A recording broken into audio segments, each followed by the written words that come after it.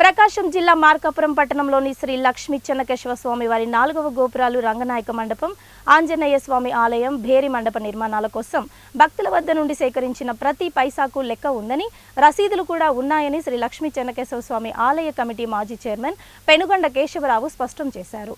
బుధవారం ఆయన పలువురు కమిటీ మాజీ ప్రతినిధులతో కలిసి ప్రెస్ క్లబ్లో ఏర్పాటు చేసిన విలేకరుల సమావేశంలో మాట్లాడారు. మాజీ ఎమ్మెల్యే కేపీ నాగార్జునరెడ్డి ఆశీస్సులతో తాము ఆలయ కమిటీ బాధ్యతలు చేపట్టి 4 గోపురాలు, ఇతర నిర్మాణాల కోసం సంకల్పం తీసుకున్నామన్నారు. ఇందుకు దాదాపు 11 కోట్ల రూపాయల అంచనాలు వేసి దాతల వద్ద నుండి విరాళాలు సేకరించే పని ప్రారంభించామన్నారు. 8 కోట్లకు పైగా దాతల ద్వారా 2 కోట్ల రూపాయలు ప్రభుత్వం మంజూరు చేసిందని తెలిపారు. 1 కోటి రూపాయలకి పైగా ఇంకా అవసరం ఉందని వివరించారు.